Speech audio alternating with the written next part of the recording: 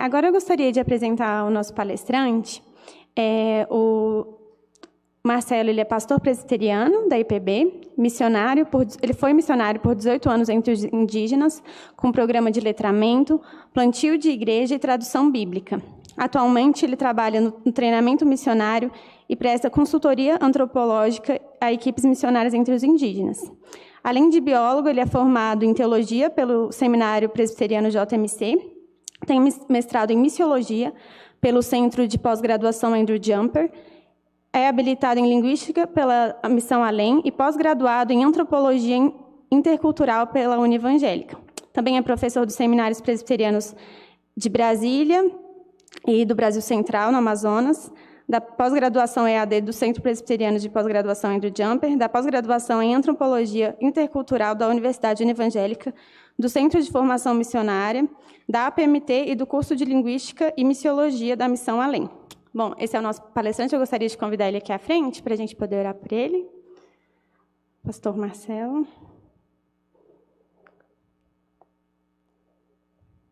Pode ficar aqui ao lado, pastor, a gente já só vai orar e passar a palavra para o senhor, tá bom?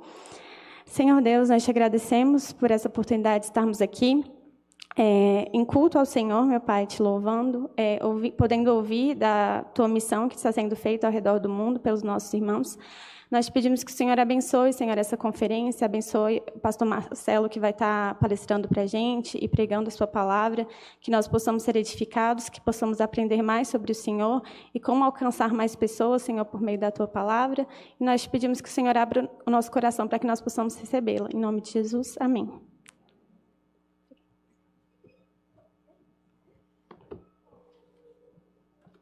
Irmãos, graça e paz.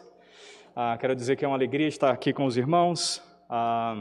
Quero agradecer o Conselho da Igreja Presbiteriana Redenção pelo convite, pelo privilégio de poder estar aqui com os irmãos.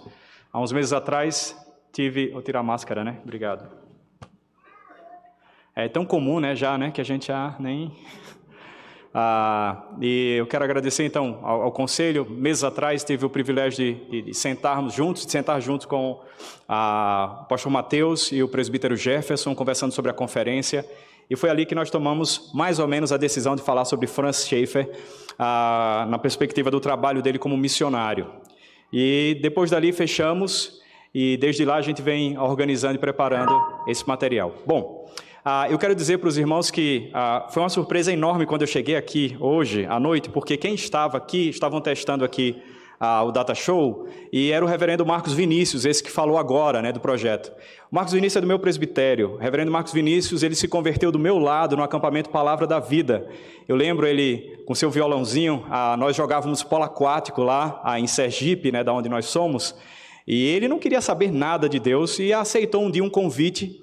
E naquele primeiro dia no acampamento Palavra da Vida, Nordeste, o Senhor tocou no coração do Marcos e derramou graça, entendimento, abriu o seu coração, e o Marcos se converteu, e agora, missionário no Quirguistão, e agora indo para a Geórgia, né? Então, de sorte que eu me senti muito em casa aqui. Tive o privilégio de conhecer anos atrás, acho que uns 8 anos atrás, o reverendo Mateus e a Débora, ainda sem filhos, lá no seminário nos Estados Unidos. E claro, voltando aqui, ele entrou em contato com a gente e logo depois aconteceu esse convite também. Eu queria, não sei se já dá para projetar aí, quem está responsável pela mídia, o tema da conferência, irmãos, como vocês bem sabem, o Deus que se revela, apologética para uma igreja em missão. A Noemi já falou, já deu toda a minha lista corrida, né? Mas antes eu queria só comentar rapidamente sobre esse meu braço aqui, né? Nosso amigo que está aqui conosco, o irmão Glenn, é missionário da nossa missão também. Eu sou missionário da missão chamada WEC, essa bolinha aí no canto da projeção. E ele veio para cá para resolver algumas questões junto ao consulado da África do Sul, do seu país, com a sua família. E aí, naquele dia lá, no aeroporto ainda, naquele setor de Uber, eu peguei o skate dos filhos dele, que eu já andava de skate, surfava e tal, fui dar uma volta, fraturei o braço. Aí disseram para mim o seguinte, falaram, você está querendo ser a fadinha, né? Só que agora você é a fadinha de asa quebrada. E aí eu tive que desmarcar uma série de compromissos, tinha conferências na Bahia e etc. E aí o reverendo Mateus falou comigo, falou, olha, vê aí, se não der a gente cancela. Então eu falei, não, vamos esperar mais uns dias, ainda estou tomando anti-inflamatório e tudo. De sorte que eu devo ter mais uns 4 a 6 meses, então eu quero agradecer aos irmãos pela oração e pedir que, por favor, continue orando. Eu queria falar um pouco mais a respeito do nosso ministério, meu e da minha esposa, Cláudia. Nós temos 3 filhos, mas aí nessa primeira... Dá para voltar lá? No primeiro slide, ali tem um nomezinho WEC, WEC International. É uma missão que tem mais de 100 anos, uma missão antiga, fundada por Charles Studd. Ele pertencia à missão de Hudson Taylor, a missão para o interior da China, e depois ele foi para a África trabalhar lá, e naquela época, no início do século XX, 1913, então, começou a missão para o coração da África. E naquele mesmo período, logo em seguida, 10 anos depois, começou um trabalho aqui no Brasil, a missão para o interior da Amazônia. E esse trabalho durou aqui no Brasil apenas 7 anos. E durante esse período, nós tivemos um primeiro missionário da nossa missão morto por causa da febre amarela, um piloto da Força Aérea Britânica chamado Fenton Hall. E logo depois chegaram outros missionários, de sorte que nós tínhamos 2 equipes até o ano de 1930. Mas naquele ano, a missão então, ela sai do Brasil e aquela turma ali fica aqui no Brasil e funda uma missão MICEB, MABE, e anos depois, fruto dessas 2 missões, a UFM, também uma outra missão, fundam a MEVA. E depois de 80 anos, então, um dos responsáveis por estatísticas no mundo de missões, chamado Patrick Johnston, que era da nossa missão, mandou um relatório para a missão dizendo: o Brasil está com o número de missionários entre indígenas parado há 10 anos. E eu acho que nós precisamos orar por isso. Oraram, a diretoria da missão, e logo depois convidaram o reverendo Ronaldo Lidório para deixar o seu trabalho na África e começar um novo projeto no Brasil. Durante aquele período, eu e minha esposa estávamos no seminário em São Paulo e, na verdade, nós já éramos missionários da missão Operação Mobilização. Nós trabalhamos com a Operação Mobilização em 1996. Então, assim, eu já sou velhinho, né? Uns 25 anos de estrada aí no campo missionário. E aí, então, o Ronaldo montou a primeira equipe. Então, era Ronaldo Lidório e Rossana e os seus filhos, o reverendo Iraquitan e a sua esposa e 2 filhas, o Márcio Schmidel e suas 2 filhas com a esposa, e então convidou também a mim e a minha esposa Cláudia, naquele momento sem filhos. E nós começamos um projeto pioneiro ali na região amazônica, chamado Projeto Amanagé, que era só um projeto, mas na verdade a missão chama-se WEC, ou Missão Amém no Brasil, WEC Amazônia. E de sorte que nós ficamos ali ligados ao Amanagé até o ano passado. Por questões de saúde, nós tivemos que mudar, então, para o Brasil. E aí, por conta disso, nós também tivemos que fazer um reset, né, uma reconfiguração ministerial.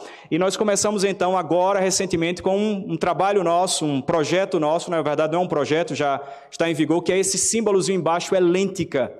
A Helêntica é um projeto nosso, é um trabalho nosso, é um ministério nosso, da nossa família. E aí a gente trabalha na área de docência, na área de produção de material e divulgação, e também na área de consultoria antropológica e plantio de igrejas. Então, nós temos 2 equipes missionárias que nós damos assistência na área de consultoria. Na área de docência, trabalhamos em várias instituições, mas o nosso carro-chefe é a Missão Além, onde estamos. Lá a gente trabalha com antropologia missionária, essa é a nossa área. E hoje a gente vai falar um pouco sobre Helêntica, né? Por isso que embaixo tem assim, o evangelho compreensível a todos os povos. Porque Helêntica tem a ver com apologética missionária. Como você comunica o evangelho para pessoas que pensam diferente de você, que acreditam em verdades, entre aspas, outras que não, a verdade verdadeira, como dizia Schaeffer, quando se referia ao evangelho e à palavra de Deus revelada proposicionalmente, como ele também falava. De sorte que a gente começou esse trabalho tem pouco tempo, a gente teve que fazer toda essa reconfiguração, e chegamos em janeiro aqui no Brasil. A gente tem orado e entendido que realmente esse é o novo momento, mais agora ligado na área de treinamento, e pela graça de Deus a gente tem tido o privilégio de também trabalhar com pastores, né, ou na formação de pastores. Então, além das instituições que trabalhamos, a gente também está fazendo parte de um grupo aí que está surgindo, já está pronto, um mestrado de missiologia na Faculdade Internacional Reformada. Então, tem um grupo de professores e a gente também está ali atuando. Bom, e aí a gente então eu quero apresentar a minha família para a gente então começar a nossa palestra hoje. Por favor. Essa é minha esposa Cláudia. Eu sempre digo que ela é a melhor parte da família, né? Não porque ela é só a mais bonita, eu acho também que ela é a mais crente de casa. E a minha esposa ela tem uma enfermidade genética e de má formação de colágeno, isso dá uma série de dores, indisposições, fadiga. E, claro, essa foi a razão por que nós saímos, uma longa história que não veio um caso.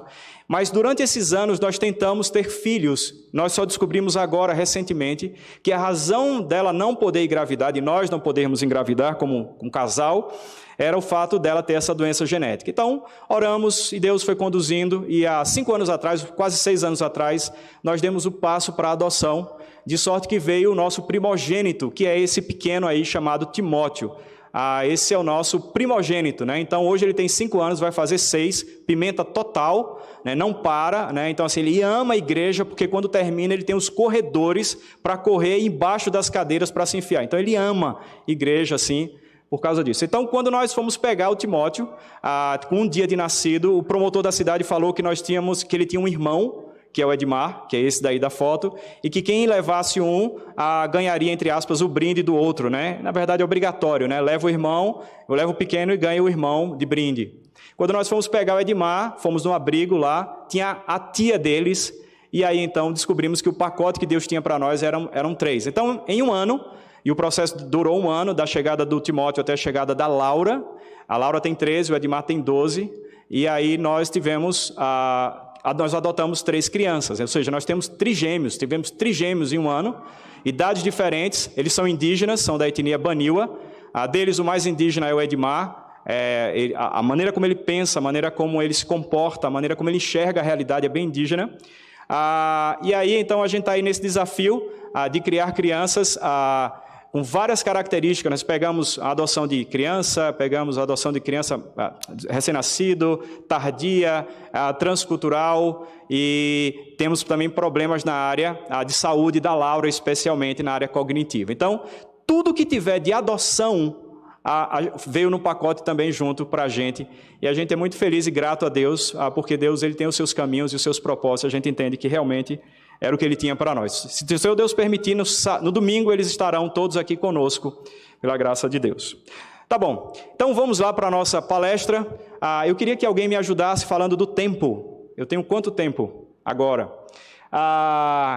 E essa proposta que, na verdade, eu tinha feito para o reverendo Mateus, para o Mateus e para o presbítero Jefferson, de falar sobre a apologética missionária de Schaeffer como um instrumento no cumprimento da missão da igreja.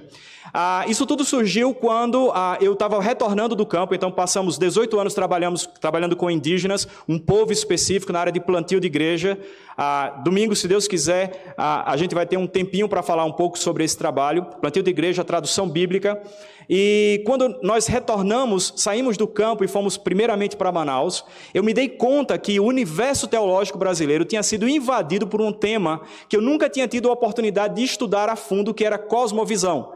Enquanto em alguns lugares as pessoas já estavam enfadadas de estudar cosmovisão, quando eu saí no começo de 2019, eu sinceramente pouco tinha lido a respeito de cosmovisão. Obviamente li alguns capítulos do livro do James Sire, O Universo ao Lado, e dando nome ao elefante também, tinha lido alguma coisa. Então eu fui fazer uma atualização disso tudo. E eu lembro então que um amigo meu, na Assembleia da Nossa Missão, em janeiro de 2019, disse assim para mim: olha, eu ouvi falar num curso de hermenêutica cultural, que quem oferece é o reverendo Emílio Garófalo, e ele está disponível no canal do Charles Spurgeon, e você pode entrar lá, são 10 aulas. E claro, eu tinha acabado de mudar para Manaus. Gente, Manaus tem internet, né? Onde a gente morava não tem internet, não dá para fazer chamada por vídeo, não dá para receber o WhatsApp, a mensagem, oi, tudo bem, não entra, porque a internet não funciona. Então eu fiquei assim, me senti assim, como a gente diz, né? Um pinto no lixo, né? Porque eu podia assistir todas as palestras dele e tal, à vontade. Comecei a assistir as palestras, e eu nunca tinha ouvido falar sobre análise cultural a partir da perspectiva teológica, de análise por teologia bíblica ou antropologia da teologia sistemática. E só que durante esse tempo, toda hora, o reverendo Emílio Garófalo se referia ao Guilherme de Carvalho e se referia também ao reverendo Heber Campos Júnior, que foi contemporâneo meu no seminário e no mestrado também. Então, terminando ali aquela semana, eu pensei, bom, eu vou fazer o curso como aluno ouvinte lá no André Jumper sobre hermenêutica cultural, porque eu quero conversar com o reverendo Emílio, eu quero tirar dúvidas com ele de alguns pontos, porque a área que a gente trabalha é exatamente de análise cultural, como comunicar o evangelho de forma que o outro possa compreender minimamente aquilo que está na minha mente. Então, o ponto inicial é exatamente a interpretação cultural, entender como o outro pensa, entender qual é a lógica. E, obviamente, você precisa ir a fundo no seu sistema de crenças e etc. E então, naquela sequência, fui pegar a vida e o pensamento de Schaeffer, dado por Guilherme de Carvalho, do Labri Brasil. E à medida que eu fui assistindo aquelas aulas, eu fiquei pensando, bom, ele está falando de elementos de Schaeffer que são muito comuns ao universo missionário. E eu lembro que naquela ocasião eu recebi de presente o livro Verdade Absoluta da Nancy Pierce, que é esgotado. E há anos eu queria esse livro, mas morando no meio do mato, você não tem acesso, não tem como pegar, não tem biblioteca. E um amigo meu mandou para mim de presente. E eu comecei a ler esse livro e lendo junto o livro do Heber Júnior. Então, li a Nancy Pierce, um capítulo dela, um capítulo do Heber Júnior, e assistindo esses vídeos. E eu, de repente, a Nancy Pierce, lá pela página 200, o livro dela é bem grosso, talvez alguns conheçam, ela falou de um assunto que me despertou. Eu falei, não é possível que simplesmente uma pessoa que é conhecida como um grande pensador, um apologeta, ele toque em aspectos como esse. E ela fazia uma referência a uma palavra de Schaeffer no seu livro Manifesto Cristão, onde Schaeffer dizia que só havia duas possibilidades de realidade última. A gente vai falar sobre isso, tá? Não se preocupem. E as duas possibilidades são pessoalidade ou impessoalidade. Bom, no contexto brasileiro indígena, quando você se depara com a cultura indígena, o que você encontra lá é um povo que não acredita na existência de Deus, que não pressupõe a existência de nenhum ser que domina absolutamente sobre tudo, mas no geral eles creem numa energia, numa força cósmica. E eu pensei, bom, só alguém que está preocupado em realmente compreender na prática pode falar da maneira, vejam, me entendam bem, tá, irmãos? Da maneira como Schaeffer fala. E aquilo então me instigou. Bom, o que é que eu vou fazer? Vou reler as obras. Tinha lido no seminário, anos atrás, O Deus que Intervém, A Morte da Razão. E se alguém já leu A Morte da Razão e não entendeu nada, fique tranquilo, é assim mesmo com todo mundo. Eu também não entendi quando eu li no seminário. E fui pegar esse material, parte da minha biblioteca em outra cidade, em Aracaju, da onde eu sou, e saí comprando alguns livros para reler as obras do Schaeffer. E eu tomei um susto, porque a maneira como Schaeffer apresentava o caminho da história e da filosofia e da arte para que a sociedade sociedade ocidental chegasse no ponto que ela se encontrava, a maneira como ele analisa e a maneira como ele aplicava. Eu lembro em alguns dos capítulos Schaeffer falando sobre a realidade de algumas ocasiões de pessoas, de povos diferentes, e ele conversando com essas pessoas, ele dizia assim, e então eu pegava e colocava a minha mão em seu ombro e dizia com amor toda a verdade que ele precisava ouvir. Opa, peraí. Como assim? Como é que um homem que é apologeta, ele toca nos outros? Ele abraça os outros. E aquilo começou a me instigar. À medida que eu fui assistindo então os vídeos e lendo as obras de Schaeffer, eu falei, não é possível. Schaeffer é missionário. Eu preciso ler alguma biografia desse homem. E aí eu fui para uma biografia que inclusive era referência da palestra do Guilherme de Carvalho, que era uma obra, e eu queria pedir que pode passar aí, eu vou falar de algumas obras aí, e era uma obra de Colin Duries. E essa obra, a Vida Autêntica de Schaeffer, Uma Vida Autêntica, quando eu começo a ler lá pelo meio do livro, dizia lá que Schaeffer havia sido enviado pela Junta de Missões, independente de missões estrangeiras da Igreja Presbiteriana, da qual ele fazia parte, a OPC, a Igreja Presbiteriana Ortodoxa de lá. E aí, claro, bingo. Por quê? Porque vários elementos, a maneira como Schaeffer aborda o assunto, é exatamente como nós, missionários no campo, abordamos. No geral, irmãos, o missionário ele tem um intuito e um objetivo, ele é prático. E uma das críticas que eu ouvia de Schaeffer é que as pessoas diziam, mas Schaeffer não é acadêmico. Bom, eu não ia entrar em discussões, por exemplo, se Schaeffer, quem já estudou apologética, se Schaeffer seguia ou não o pressuposicionalismo de Van Til. Isso não vai interessar tanto para nós aqui esses dias. Eu não vou entrar nesse mérito, que é uma teologia apologética, um nível mais profundo de discussões. Tem artigos sobre isso, e aí eu não vou mexer sobre isso aqui. Mas eu comecei a perceber que ele era alguém que estava interessado em comunicar o evangelho para as pessoas, de entender essas pessoas. Bom, e aí, claro, então eu falei, eu vou ler tudo que eu puder aqui. Então eu saí lendo, e aí esse ano eu comecei a acelerar a leitura, especialmente depois da conversa com Mateus, e fui lendo livro a livro, estando centrado na sua trilogia, o Deus que intervém, a morte da razão e o Deus que se revela. Daí então o tema da nossa conferência é a terceira obra da trilogia de Schaeffer, o Deus que se revela. E à medida que eu ia lendo essas obras, eu comecei a me surpreender, porque exatamente o que Schaeffer fazia de análise cultural, daí ele ser conhecido como o apologeta cultural, porque ele saía procurando entender como a cultura, ou como era a mente, a mente da sociedade ocidental. E aí eu comecei a tomar alguns sustos, porque eu comecei a me deparar com realidades como pessoas que se convertiam lendo os livros do Schaeffer. Opa, mas espera aí, o livro do Schaeffer não é para a gente estudar no seminário e aprender sobre apologética, talvez no nível mais simples, porque quase ninguém entende o apologeta Cornelius Van Til. E aí eu fiquei assustado, porque como é que é isso? O tempo todo Schaeffer falava sobre comunicação do evangelho. Na sua obra A Morte da Razão, ele começa, e a gente vai falar sobre isso no segundo dia, ele começa e termina falando sobre comunicar o evangelho e a necessidade de conhecer o sistema de pensamento das pessoas. E ele conclui o livro A Morte da Razão, fininho, dizendo assim: eu não estou aqui preocupado com questões acadêmicas de apologética. Eu quero te ajudar, ou ajudar as pessoas a comunicarem o evangelho para as pessoas. E aí então eu pensei, bom, eu acho que a crítica que se faz a Francis Schaeffer, de que ele não era um acadêmico, na verdade, é porque de fato ele não era, mas o que ele pretendia, o que ele queria era comunicar o evangelho para as pessoas.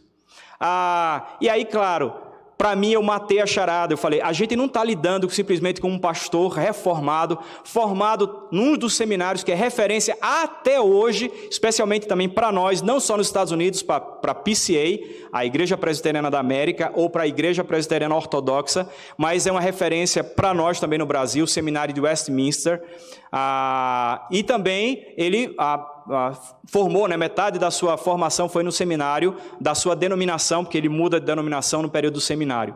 De sorte que eu falei, bom, ele era missionário de fato.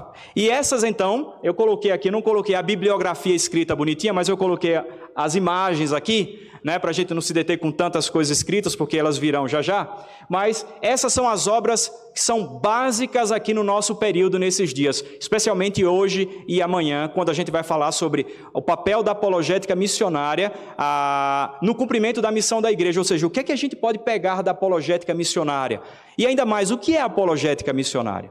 E hoje, irmãos, nós vamos gastar o nosso tempo aqui, na verdade, trabalhando e mexendo um pouco com a história de Francis Schaeffer, porque isso vai ajudar a gente chegar no outro patamar, que é a parte de conceituação de antropologia, de apologética missionária, e logo em seguida a gente vai falar sobre apologética missionária na prática. Ou seja, hoje a gente vai ter um overview, uma visão geral sobre a vida de Schaeffer e entender a razão por que a gente pode afirmar que ele era um missionário de fato. Na segunda palestra a gente vai trabalhar com a apologética missionária, o que é isso e quais são os principais elementos que Schaeffer utiliza na sua abordagem, na sua apologética missionária, na sua prática de comunicação do evangelho. E aí a terceira palestra seria, e será, se o seu Deus quiser, a apologética missionária na prática. Como é que eu e você pode utilizar a apologética missionária na prática? Bom, a apologética missionária na prática. Bom, o reverendo Francis August Schaeffer, IV, ele nasceu no mesmo ano que o navio Titanic afundou, em 1912. 2 meses depois do seu nascimento, ele nasceu em janeiro, o navio então se afunda ali. E é interessante porque a Schaeffer, ele nasce numa família de pessoas que eram muito sofridas. Talvez, eu não sei se alguns de vocês já tiveram a oportunidade de viajar por aquela região do leste dos Estados Unidos, da Pensilvânia.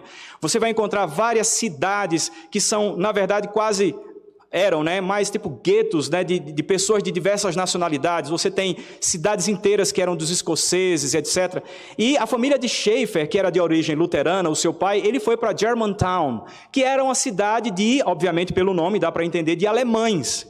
E, obviamente, também sofrida, uma família humilde, sofrida. Eles haviam decidido, então, o pai dele, o Francis August Schaeffer III, e a sua mãe, a Bessie, eles decidiram ter apenas um filho. Era o que a gente se chama lá nos Estados Unidos de uma família que era blue collar, ou seja, de colarinho azul, classe operária, humilde, simples. E então, Schaeffer nasce exatamente nessa família humilde, o pai de origem luterana, a mãe vindo de uma igreja evangélica livre. No entanto, nem o pai de Schaeffer, nem a sua mãe tinham uma vida eclesiástica ativa. Na verdade, o pai de Schaeffer, ele tinha uma visão muito negativa em relação aos pastores, aos ministros da palavra. Bom, e o que acontece é que uma das coisas que chama atenção quando você lê Schaeffer o tempo todo é que ele sempre repete a ideia de que só existem dois grandes grupos de pessoas que pensam. E os burgueses não fazem parte desse grupo. São os intelectuais e os pobres. Porque são pessoas que precisam refletir sobre a vida, entender o sofrimento, por que sofremos, onde estão as questões essenciais, onde a gente pode encontrar, ou a fonte onde a gente pode encontrar a resposta.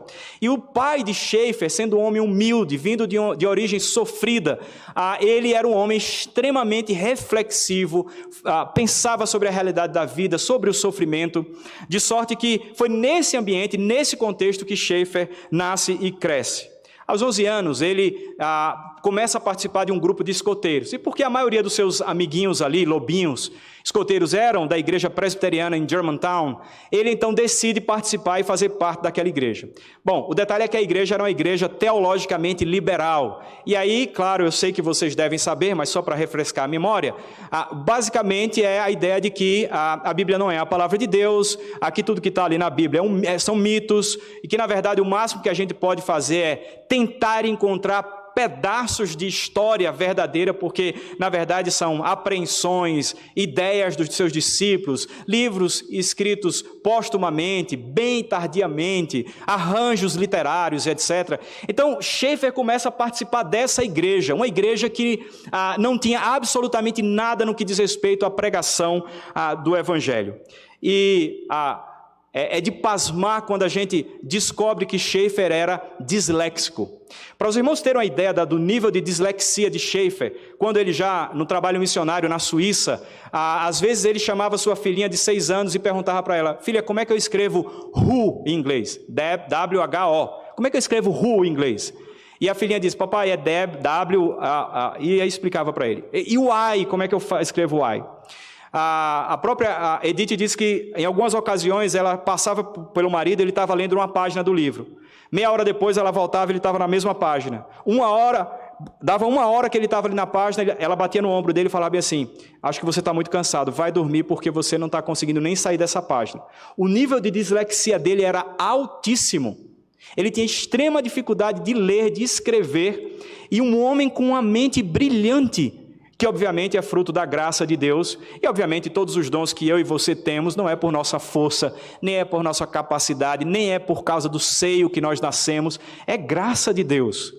E aí então ele começa a estudar, vai estudar engenharia elétrica, desenho técnico, e logo cedo ele começa a trabalhar em açougue. Claro, ele aprendeu desde cedo com seu pai, e mexia com carpintaria também. Então, foi um menino que estudava e trabalhava como alguém de uma classe operária, obviamente simples e humilde daquela região.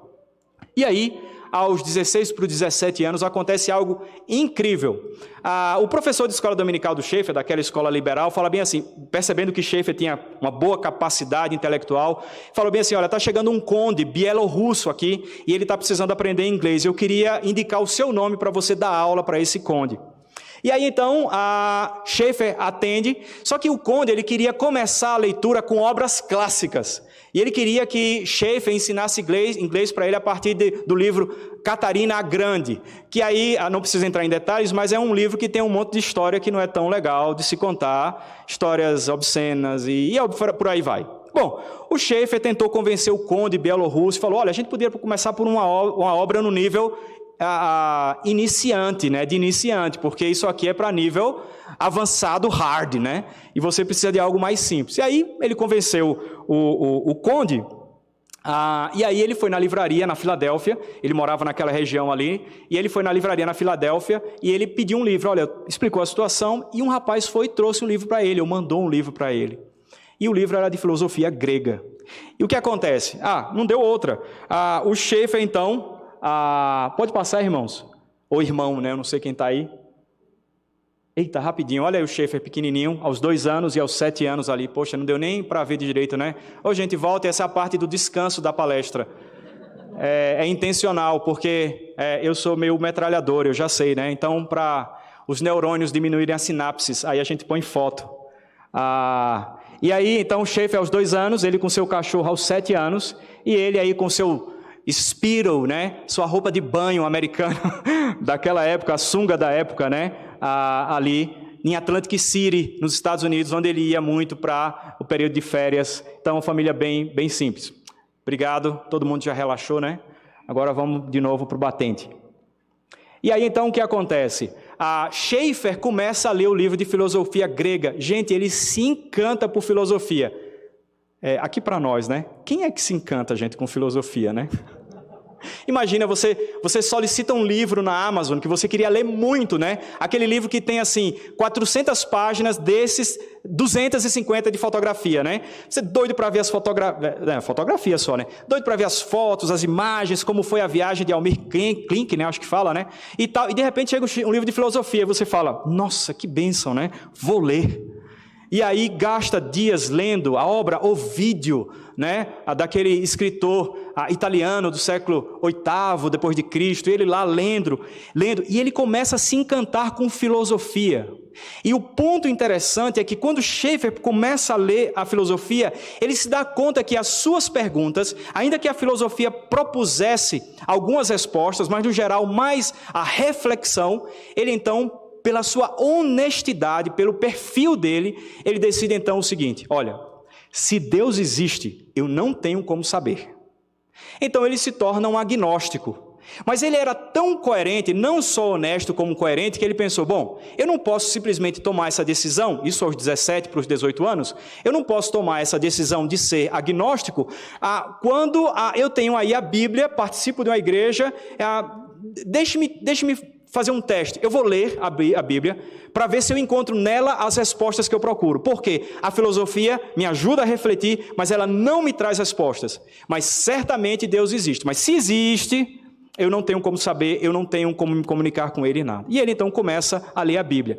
E é interessante porque várias pessoas, quando estão num período de discipulado, elas costumam perguntar assim, mas eu começo lendo a Bíblia por onde? Como é que é a história da Bíblia? Eu lembro em 2020, 2019, 2020, eu fazendo discipulado com um rapaz que era o personal trainer da minha esposa, né, que ela faz fortalecimento, mas não é daquelas bombadas não, tá, gente? É fortalecimento de boneca de, sabe, Barbie, porque ela não pode esticar o braço muito, então é aquele negócio assim. E a gente estudando a Bíblia, uma das perguntas que aquele homem fazia, o Éder, era essa: como é que a gente estuda a Bíblia? Começa por onde? Bom, Schaeffer não se preocupou absolutamente com nada. Pegou a Bíblia como qualquer outro livro, começou de Gênesis. Gente, quando ele começou a ler Gênesis, ele começou a ser impactado. Opa, peraí, tem resposta aqui. Faz sentido o que está aqui. E aí, com 6 meses que ele estava lendo isso aí, ele termina então a Bíblia, e ele então escreve no mês de setembro daquele ano de 1930, dizendo, a Bíblia é a verdade. É interessante porque ele participa de uma pregação de um evangelista chamado Anthony Zeoli, e aí no meio lá o cara faz um apelo, né? E aí, claro, eu acho que ele já tinha a veia reformada, né? Ele não entendeu muito bem o apelo, e aí ficou assim, tipo assim, o que é que ele quer, né? O que mesmo? Eu vou, não vou, né? Tipo, o que é isso, né? E aí ele não sabia porque ele falava bem assim, você vem aqui à frente, você que vem aqui à frente é porque você está se convertendo ou porque você está querendo se firmar no Senhor? E Schaeffer tipo, né, já tem um DNA reformado, tem alguma coisa estranha aí, né? Eu sou predestinado, eleito. Não, brincadeira. Mas aí ele vai à frente, mas ele escreve no seu diário de que alguma coisa tinha acontecido na sua vida, de que ele agora era um filho de Deus. E ele deixa o agnosticismo e agora, convertido, ele começa a defender a Escritura Sagrada. E é interessante que um dos momentos de oração com seus amigos na escola onde ele estudava, ele... ali naquele momento, um dos seus amigos, naquele momento ele sentiu a certeza, ele teve a convicção de que Deus havia chamado para o sagrado ministério. Então ele anota no seu diário dizendo, a partir desse dia eu estou entregando a minha vida então para Deus no sagrado ministério. E aí pode passar, por favor? E aí então, nessa situação, então, o Schaeffer começa a se preocupar, isso no ano de 1930, ele começa a se preocupar, e agora, como é que eu vou fazer? Que estratégia eu monto para eu chegar no seminário? Bom, ele já sabia do pai dele, né? O pai dele dizia o seguinte, pastores são parasitas da sociedade. Pessoas que não fazem nada, ele não sabe, né? Vida de pastor, né? Ô irmãos, eu sou filho de pastor, tá? Sou quinta geração de família presbiteriana. Eu tenho o privilégio de ter o meu sobrinho aqui, que alguns de vocês talvez conheçam, o Marcel Carvalho, que é licenciado da igreja Semear, ele já é sexta geração, e a vida de pastor, tivemos outros pastores na família, e quem é pastor sabe, né? E aí eu estou falando agora como filho, tá? Não como pastor, mas a vida de pastor, gente, o pastor trabalha demais, o pastor rala demais, trabalha muito, mas o pai de Schaeffer olhava para o pastor e falava assim, o cara não trabalha, o cara não tem mão grossa, a unha dele não é suja, isso é um parasita, né? Um cara como esse. Então, Schaeffer montou um esquema que foi o seguinte, bom, eu vou sair da instituição onde eu estou, vou para uma outra que vai ser o trampolim para o preparatório para eu entrar no seminário. Então, ele faz esse processo, 1930 para 1931, ele muda no meio do período, ele muda para outra instituição com vistas a uma escola lá na Virgínia, o nomezinho, Hampden Sydney. E aí, então, ele já está naquele esquema, né, para poder ir, e ele queria conversar com o pai dele sobre isso. Até que chega o dia, ele vai conversar, e aí, gente, eu vou falar uma coisa para vocês que fazia parte da vida pregressa de Schaeffer, tá? Schaeffer, então, vai falar com o pai, e o pai dele fala que ele não concorda com isso e tal. E Schaeffer, então, desce no porão e começa a orar, pega a moedinha cara ou coroa, faz uma vez, e aí deu certo que era para ir para o seminário. Faz a segunda... Sério, eu estou brincando não, tá? Fez o cara ou coroa, tipo Urim Tumim. Isso aí não tem ido para o seminário ainda, né, gente? Ele estava no processo de conversão. Aí fez o Uritumim lá com a moedinha cara ou coroa uma vez, duas vezes. Gente, todas as vezes deu, né, cara. Aí ele falou, encarou o pai dele e falou, pai, eu vou embora para Hampden Sydney e eu vou estudar lá, me preparando para ir para o seminário. E aí o que é que acontece? O pai dele deu uma portada na cara dele, fechou a porta com toda a raiva e falou lá fora, paga o primeiro ano para você. Sabe como é o nome disso, gente? Graça, né? Graça um negócio desse. E aí ele vai embora ali, então, para essa faculdade, né? Fazer o curso, tendo só o primeiro ano pago, e aí tinha que se virar para trabalhar. E esse curso duraria de 1931 a 35.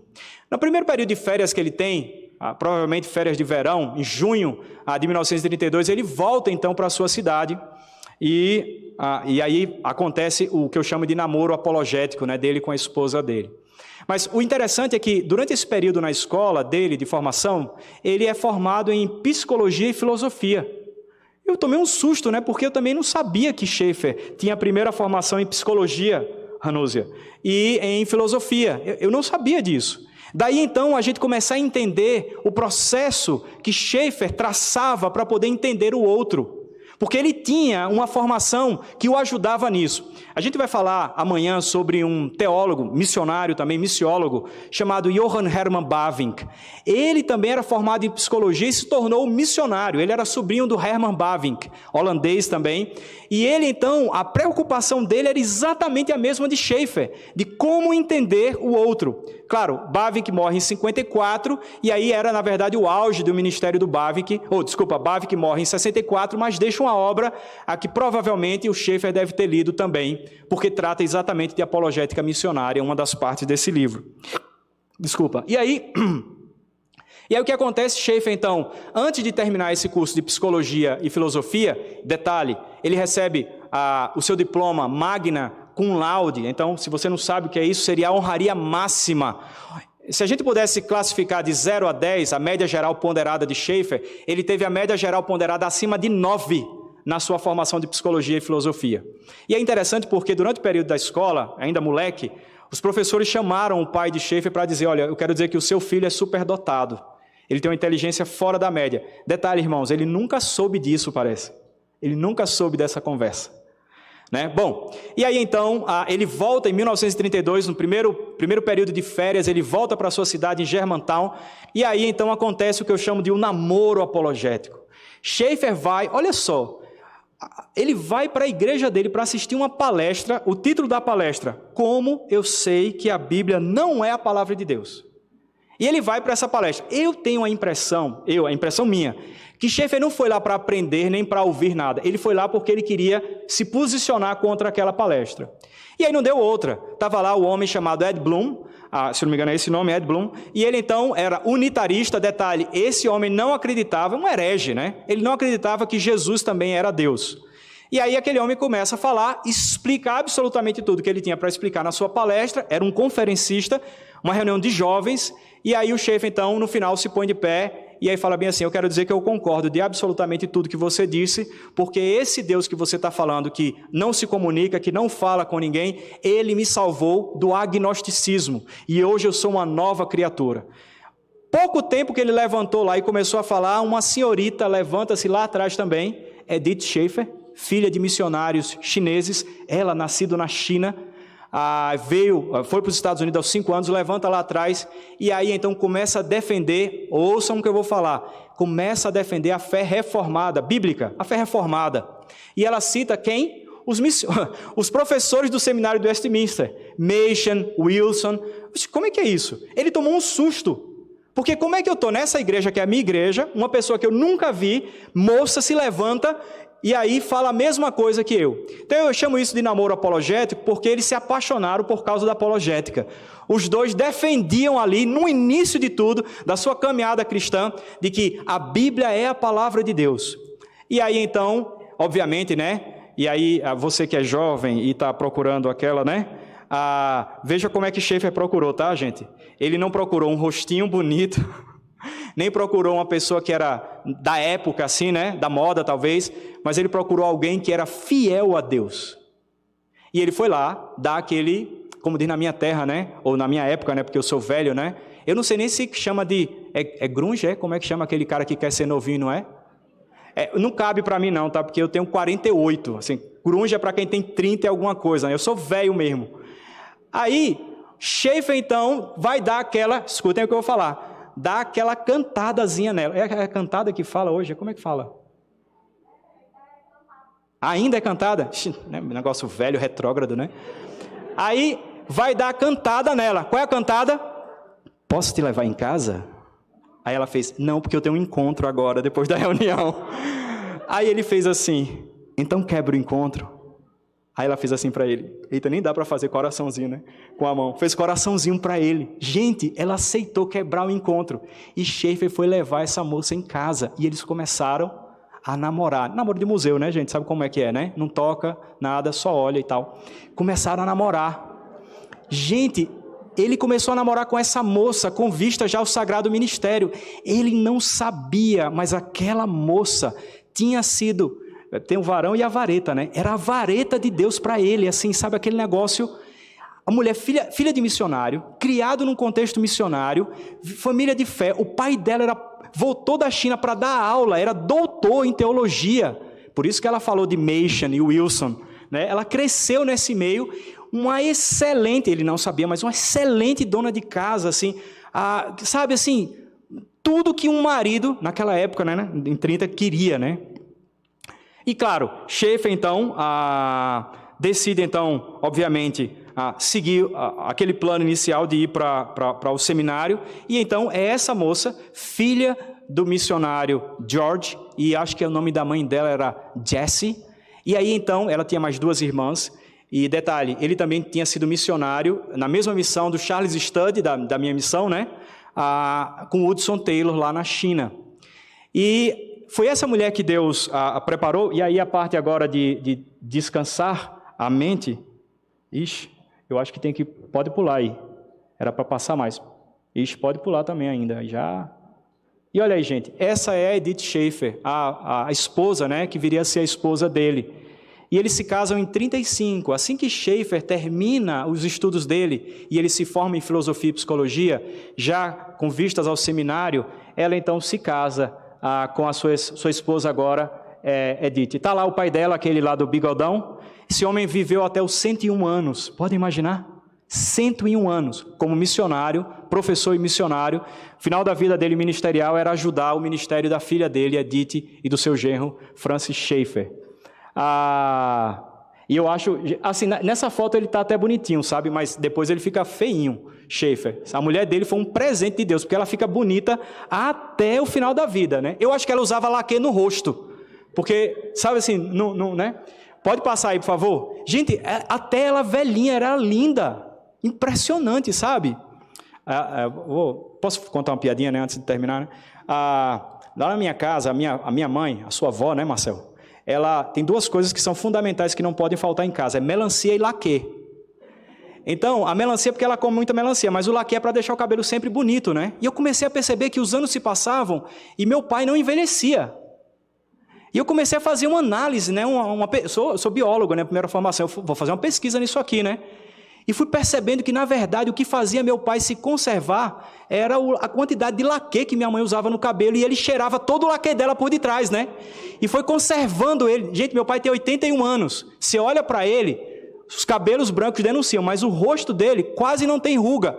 É isso, Marcel? Gente, quase não tem ruga. É laque, né?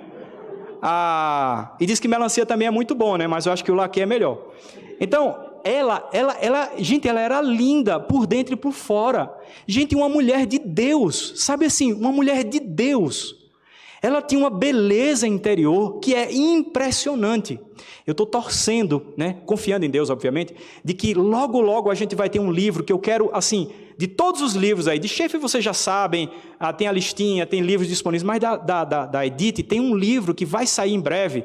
Eu estou lá, tem boas notícias aí em breve, mas que é o livro, não tem nada a ver comigo, tá? Mas é o livro L'Abri, que é o livro da Edith Schaeffer. Gente, você lê o livro daquela mulher, você fala, não é possível que tem alguém com um coração, com a visão de reino como ela. Impressionante. Bom, e aí então, pelo empurrão da Edith, o Schaeffer decide ir para o seminário do Westminster. Claro, o pai dela sabia sabia qual era o melhor seminário e indicou, né, para ela. Seria mais ou menos hoje assim, alguém casar com a filha do reverendo Augustus Nicodemos, né?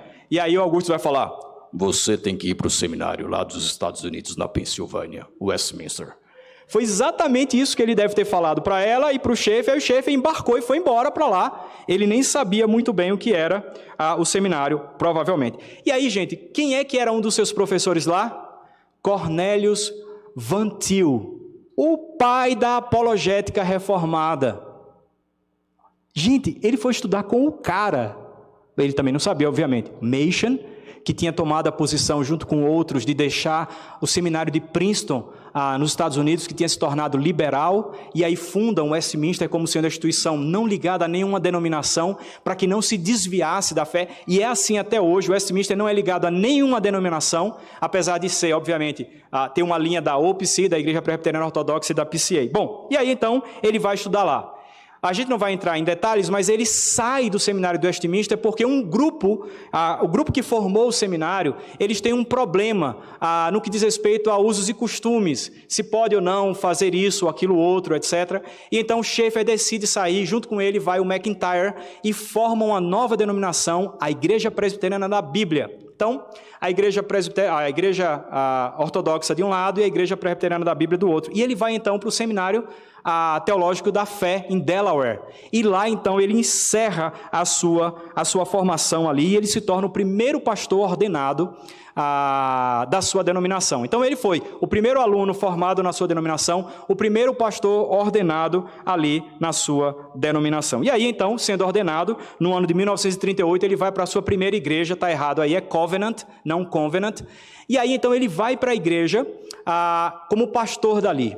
E o que chama atenção, e claro, eu lendo isso, eu ficava lembrando do reverendo Davi Charles Gomes.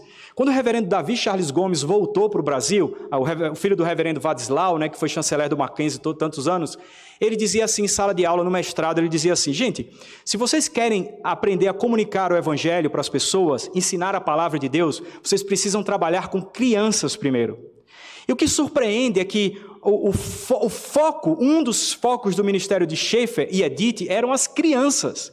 E a primeira coisa que eles fazem ali na igreja, ali naquela região ali, em Grove City, é abrir o que ele chama de Clube do Livro do Milagre, que era um trabalho com crianças especificamente. Então ele trabalha ali e começa a desenvolver esse ministério ali junto às crianças naquela igreja. Bom, passa um tempo, ele sai daquela igreja e começa a se envolver com a sua denominação, fazendo parte da Junta de Missões e da Associação de Escolas Bíblicas de Verão. Certamente a gente poderia dizer que Schaeffer, ele foi um dos precursores daquilo que a gente tem hoje como escola bíblica de férias. Ele, junto com outros pastores ali, eles foram precursores disso tudo que nós conhecemos hoje. E aí, então, próximo slide, o Schaeffer, então, sai da igreja de Covenant e se torna pastor auxiliar ali na igreja em Chester, a igreja presbiteriana da Bíblia em Chester. E ali, como pastor auxiliar, ele vai trabalhando ao lado do pastor, no caso titular, né? E logo em seguida, depois de 2 anos, ele sai e vai para a sua última igreja em St. Louis, em Missouri. E aí, então, ele vai lá e trabalha de 43 até 48, na verdade. Aí deve estar 47. Bom, e o que acontece? É que lá o trabalho com crianças estoura. E ele cria um ministério chamado Children for Christ. E esse ministério Crianças para Cristo chegou num nível tão grande que as pessoas dos Estados Unidos começavam a olhar para esse ministério pedindo dicas de como fazer e de como implementar. De sorte que ele escreve tipo booklets, né? Tipo panfletos, não é panfletos para a gente não, seriam livros pequenos sobre esse ministério, etapas, como fazer. A sua igreja tinha toda uma estrutura de como abordar as crianças e etc. Certo dia eu estava assistindo uma live do Andrew Jumper, e o professor Felipe, o Dr. Felipe, estava falando sobre Schaeffer, e ele dizia o seguinte, que Schaeffer, no seu trabalho com crianças, ele já trabalhava com cosmovisão, ensinava sobre cosmovisão para crianças. Gente, isso é surpreendente, né? Imagina, você ter uma aula de escola dominical, claro, não é um estudo avançado, mas já preparando crianças para isso. E aí, então, chegou a ocasiões em que ele tinha 400 crianças na escola bíblica de férias. Uma coisa absurda, assim, assustadora. Bom, o que acontece é que as coisas começam a mudar para Schaeffer. E aí a Junta de Missões Independentes Estrangeiras Presbiteriana, da qual ele fazia parte também, vendo o ministério deles, conversou com ele o seguinte: Schaeffer, é o seguinte, a gente queria convidar você para você fazer uma viagem lá na Europa e fazer um levantamento, um survey, para que você pudesse dizer para a gente qual é a realidade da igreja na Europa. Mas veja bem, a nossa preocupação é que as crianças na Europa estejam vivendo numa situação em que elas não possam escolher, entre aspas, escolher que caminho seguir, porque elas estão sendo influenciadas pela mentalidade, pela filosofia da época, de sorte que elas não têm como ouvir, por exemplo, que a Bíblia é a verdadeira palavra de Deus. E então Schaeffer decide abraçar esse projeto e vai para a Europa, e passa 13 semanas na Europa viajando, cada semana em um país diferente, e em cada país ele se senta com a liderança evangélica de cada um desses países. E Schaeffer volta para a Europa com um relatório imenso para entregar à Junta de Missões, dizendo, olha, a situação é caótica. O que é que eu vi lá? Liberalismo teológico pesado, mas não só isso, coisa nova no pedaço e ruim. Neo-ortodoxia de Barth, comendo as igrejas, devorando as igrejas. Pessoas que estão ouvindo e aprendendo que a Bíblia contém e se torna a palavra de Deus. Ela é porque é e pronto, mas tem porque Deus fala ali, está escritozinho ali de vez em quando que Deus fala, e ela se torna quando você sente que Deus falou com você. Não dá para a gente aceitar isso.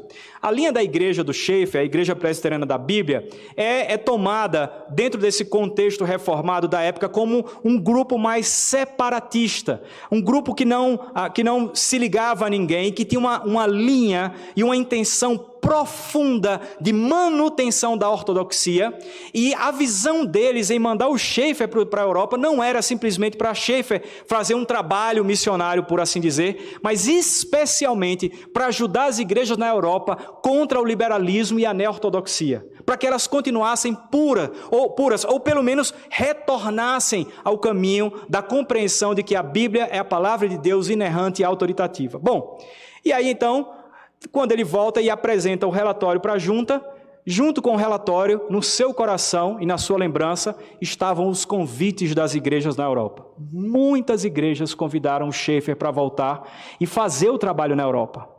E aquilo então começou a apertar no coração deles. E a junta então fez uma proposta de que ele deixasse tudo e fosse então para a Europa, para ser missionário da junta na Europa.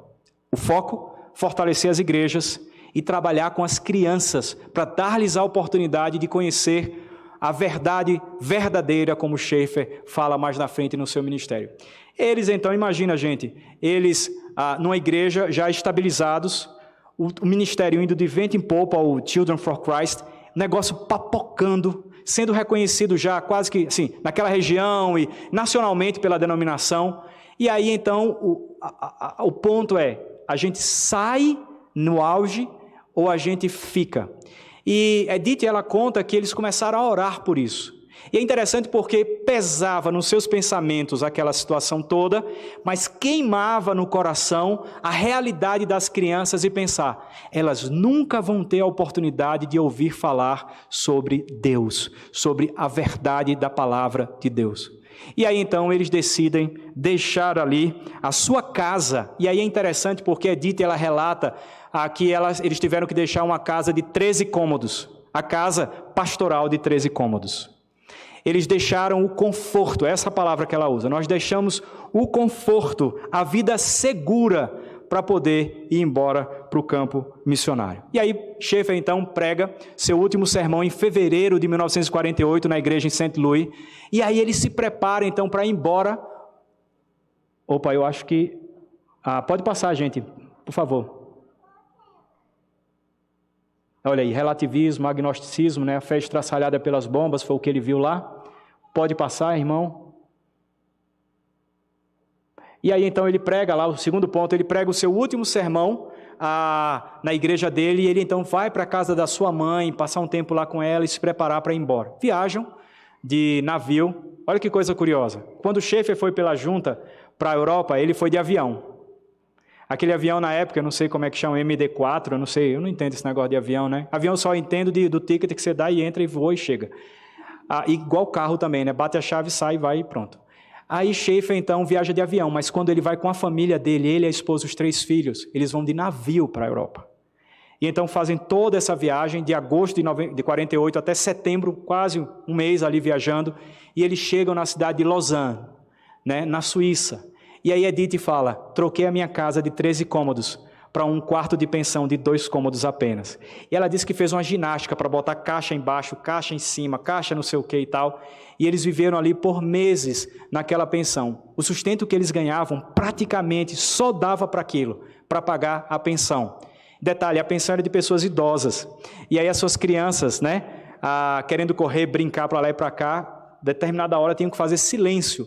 Então toda aquela liberdade, todo aquele conforto que eles tinham, toda a segurança que eles tinham, eles abdicaram porque eles queriam realmente servir ao Senhor ali. Bom, e aí então, de Lausanne, eles mudam para Chambéry, vão ali perto das montanhas. De Chambéry, então, eles vão mudam então para Uamor, e aí começa o ministério ali em L'Abri no ano de 1955. Então vejam bem, 48 chegam ali na Suíça e em 55 o ministério começa a decolar. Nesse intervalo, viagens para vários países, palestras, O Children for Christ começa a crescer, mas o ministério Labri, como a gente conhece, já ouviu falar hoje, ele inicia apenas em 55. E aí, irmãos, eu queria que você prestasse atenção nesse último tópico desse slide, para ver qual era a visão dos Schaeffers sobre esse ministério. E ele dizia, isso quem fala, está entre aspas, é Edith que fala. O propósito de Labri era dar provas por demonstração em nossa vida e trabalho da existência de Deus. Você sabe o que ela está falando, irmãos? Ela está dizendo o seguinte, o que nós queremos ser é vitrine.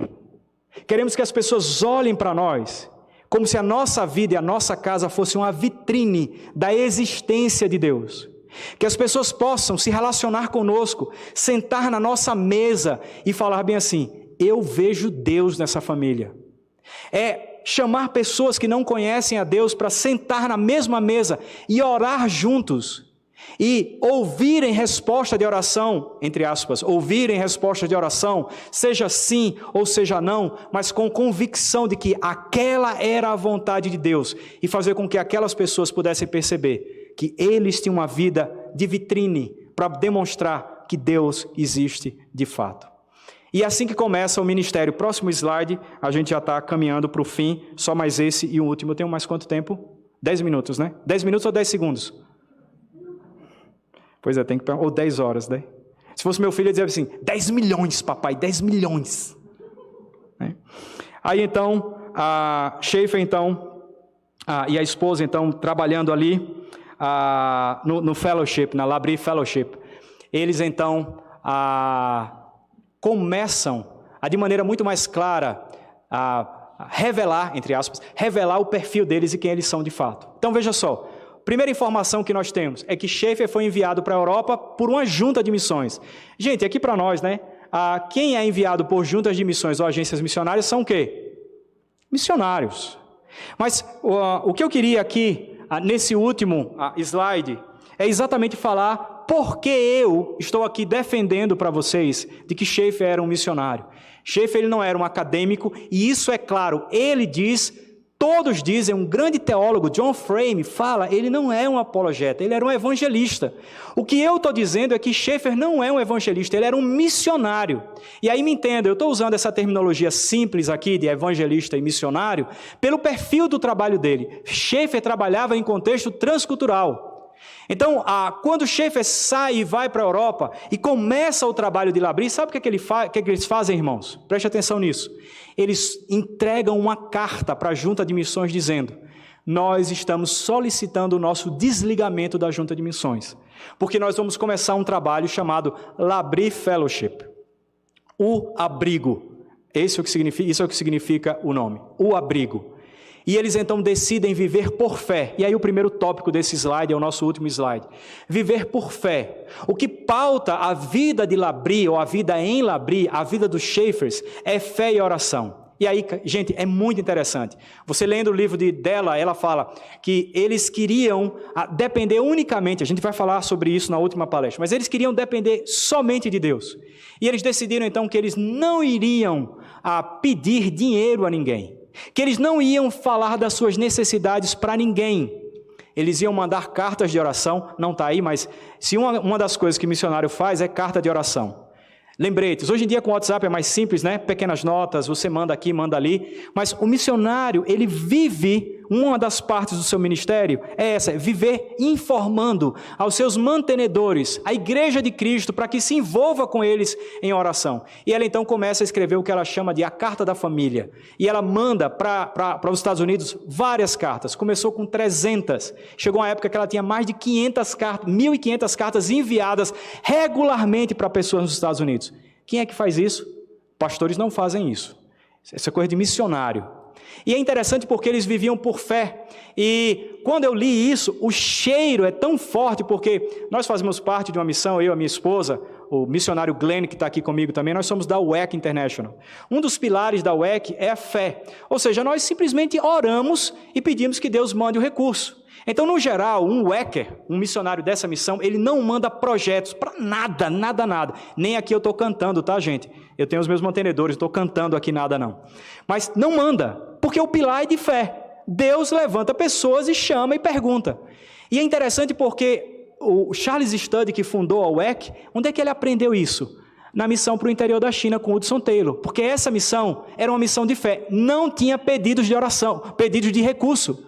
Então, quando eles começam a fazê-la abrir, obviamente por influência da Edith, ela diz o quê? Não vamos pedir dinheiro para ninguém, vamos viver por fé. Lembra qual é o ponto? Demonstrar a existência de Deus através da nossa vida, uma vida de vitrine para o mundo. E um dos pontos era fé e oração. Porque aí as pessoas iam poder ver que Deus de fato existe, que Deus de fato supre. Não é porque meu amigo é rico, não é porque eu pedi dinheiro para não sei quem, não é porque eu hipotequei a casa ou porque eu pedi dinheiro emprestado. É porque Deus responde. E esse era o ponto do ministério deles. Daí então, quando eu comecei a ler isso, eu falei, gente, isso é coisa de missionário. Não que missionário seja mais crente do que outros. Não é, mas esse é o perfil geral dos missionários. Viver por fé. A gente sabe que Deus vai conduzir tudo, que Deus ele vai suprir absolutamente tudo. E aí então, um dos outros pontos do seu ministério era respostas honestas para perguntas honestas. A gente vai falar sobre isso mais na frente. Mas um dos pontos do trabalho missionário é o seguinte: eu preciso entregar para as pessoas que estão perdidas no mundo respostas às suas perguntas, ou conduzi-las para que elas entendam que a pergunta que elas estão fazendo só vai fazer sentido quando elas conhecerem o Senhor Jesus, ou mais, conhecerem o Deus bíblico, o Deus criador de absolutamente tudo, o Deus presente, o Deus pessoal, o Deus que é vivo e fala conosco hoje e age hoje. Então, o propósito de Schaeffer era esse, e o missionário ele faz isso, ele está o tempo todo querendo entender o outro, para que ele possa entender quais são também as suas perguntas e procurar entender, ao entender as suas perguntas, procurar responder de tal forma que seja compreensível. Amanhã a gente vai falar sobre comunicação. Bom, um outro ponto que chamava a atenção é que Schaeffer diz que nos anos de 53 a 54 eles vão fazer o furlough. Furlough, traduzindo para o português, é licença. Só que em português não cabe licença para missionário. Por quê? Missionário, quando ele sai de furlough, em português a gente fala, o missionário ele saiu de férias e para divulgação. Então não é um descanso simplesmente. Lá nos Estados Unidos, quando fala furlough, ele já entende, mas no Brasil não faz sentido. Estou de licença. O que é que o cara pensa logo? Ixi, parou de trabalhar. Aí já fala como é o nome do grupo de missões lá do SMO, fala lá que o missionário está de licença. Então vê aí como é que vai. Acho que tem que cortar o sustento, né? Porque, tal. Então a gente não usa isso no Brasil. A gente fala, a gente está no período de divulgação, e aí de férias ou descanso, etc. E aí, quem é que faz furlough? Gente, no geral, é missionário que faz furlough, não é pastor. Bom, e aí um dos pontos que me chama a atenção, e esse termo aí eu criei, porque eu não conheço, mas eles faziam o que eu chamo de missões transmulticulturais. Por que isso? Gente, era gente da Suíça, da França, da Inglaterra, da Noruega, da Dinamarca, da China, de Butão, era tanto país que ia para a casa deles. E detalhe, tinha hindu, tinha budista, gente que tinha, eu não sei nem como é que fala, né? Zoroastrista, deve ser triste mesmo, né? Zoroastrista, liberal teológico, católicos, neortodoxos, eu já falei budista. Gente, que tipo de missionário é esse que trabalha nesse mundo de biodiversidade imensa, né? Ele era um missionário transmulticultural. Não tem outra. Gente, é aqui para nós. Trabalhar com um povo de uma outra cultura, gente, desculpa a expressão, é osso. É dificílimo. Ele trabalhava com gente de um monte de lugar. Certa vez o William Edgar, que foi a ovelha, foi pupilo dele, na verdade se converteu com Schaeffer, no escritório de Schaeffer, ele se tornou professor, é professor, tem uma das biografias eu recomendo da cultura cristã sobre Schaeffer é dele. O William Edgar disse que um dia ele estava lá em Labri e uma pessoa levantou e fez uma pergunta sobre o budismo. Aí ele fez, pegou agora, Schaeffer não vai responder nada. E o cara então descreve a história do budismo na discussão na sua sala e faz a abordagem correta para comunicar o evangelho assim, e o William Edgar ficou assim, tipo, como esse cara sabe assim isso tudo? Então, que tipo de missionário é esse? Transcultural? Não é, porque transcultural dá uma ideia de você sai da sua cultura, vai para uma outra cultura. Ele era transmulticultural, ele trabalhava com gente de toda a categoria, e detalhe, tinha intelectuais, professores universitários, músicos, artistas, políticos, liberais, tinha de tudo. Gente, era um balaio de gato o ministério dele, tinha de tudo. Que homem pode ter um trabalho como esse, se não pela graça de Deus? Mas esse era o trabalho deles. Então, esse é um outro ponto que me chama muita atenção. O ponto do pragmatismo missionário. Gente, é o seguinte, se tem uma coisa que missionário é pragmático. Então, missionário, ele procura atalhos. Só que tem um detalhe. Schaeffer, ele conhecia a Escritura Sagrada. Ele era um cara que conhecia bem a teologia bíblica, a teologia sistemática. A teologia dele era sólida. Mas o ponto é que Schaeffer, ele não está preocupado em nenhum momento com terminologias. Schaeffer, ele não escreve nenhum livro para a academia. É engraçado porque o seu professor, quando lia suas obras, arrepiava os cabelos, né? Schaeffer está entrando por um caminho do racionalismo. Ele é um racionalista e tal. Schaeffer estava pouco se preocupando com isso, porque o que ele queria era comunicar com as pessoas da sua época, e a terminologia não ia ajudar. Então ele usa novas terminologias, e essa é uma das características de missionário também. Missionário, quando ele não encontra nome para nada, ele vai lá no baú e sai pegando um monte de papelzinho de palavra diferente, vai juntando, aí pum, forma uma palavra, porque não tem nenhuma produção. Às vezes os teólogos não têm respostas para questões que você precisa dar num contexto transcultural. E Schaeffer não encontrava um livro dizendo como pregar o evangelho para um budista. Não! Ele saía montando, analisando, estudando, lendo, pensando na filosofia, e ele falava, e obviamente na Bíblia, e ele falava, esse é o caminho para eu poder comunicar para esse cara que pensa assim. E aí então a sua postura de pragmática naquilo que ele escreve, na sua abordagem, expressões como verdade verdadeira, isso é Schaeffer. Expressões como andar de cima, andar de baixo, não é andar de caminhar, tá? O andar de cima, isso é Schaeffer. Então, expressões que ele usa, co-beligerância. Então tem várias terminologias que é a cara do Schaeffer. Ele é um pragmático, ele quer comunicar a todo custo o evangelho sem perder a essência. Então, não é justo, como a gente fala, né? It's not fair. Não é justo você julgar Schaeffer pela ótica do academicismo, porque ele não é e nunca se propôs. E ele se dizia o quê? Eu sou um evangelista. Eu creio que quem acertou a categoria de Schaeffer foi a revista Time, em 11 de janeiro de 1960. Pode procurar lá. Pode Google it, sabe? Vai lá no Google e busca lá. Time, 11 de janeiro de 60. Tinha lá, missão aos intelectuais. E tinha um artigo lá sobre o Schaeffer. Sabe como é que a revista Time chamou o Schaeffer? O missionário dos intelectuais. Opa! A revista reconheceu isso, que ele era um missionário. Então, é exatamente isso. Ele era um missionário. E aí uma das coisas que chama atenção também no seu trabalho é a quantidade de pessoas que se convertem. Você lendo o livro da Edith Schaeffer, e eu só li um, lá abri, porque não tenho disponível, né? E assim, foi o Felipe Sabino, da Monergismo, que me deu de presente. Ele tinha um lá sobrando, e aí me deu de presente. Foi como eu pude ler o livro. É em inglês ainda. O livro é uma coisa maravilhosa, e ela contando os relatos de conversão. Gente, sabe o que é?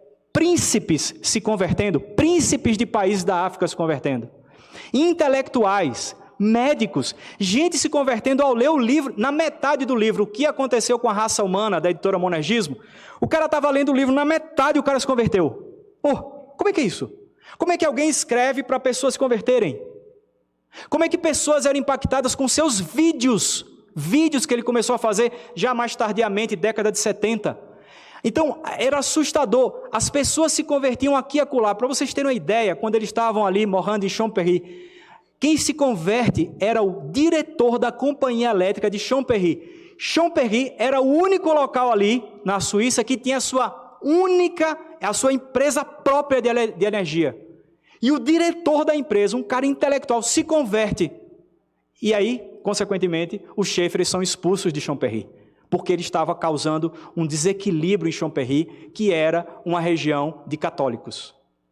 Então, o que a gente vê ao ler Schaeffer é que a gente não está lendo um apologeta no sentido clássico da palavra, a gente não está lendo um pensador no sentido clássico da palavra, mas a gente está vendo um missionário, um prático, alguém que queria, através da sua própria vida, mostrar a existência de Deus e comunicar o Evangelho de maneira efetiva às pessoas, sem perder a essência do Evangelho.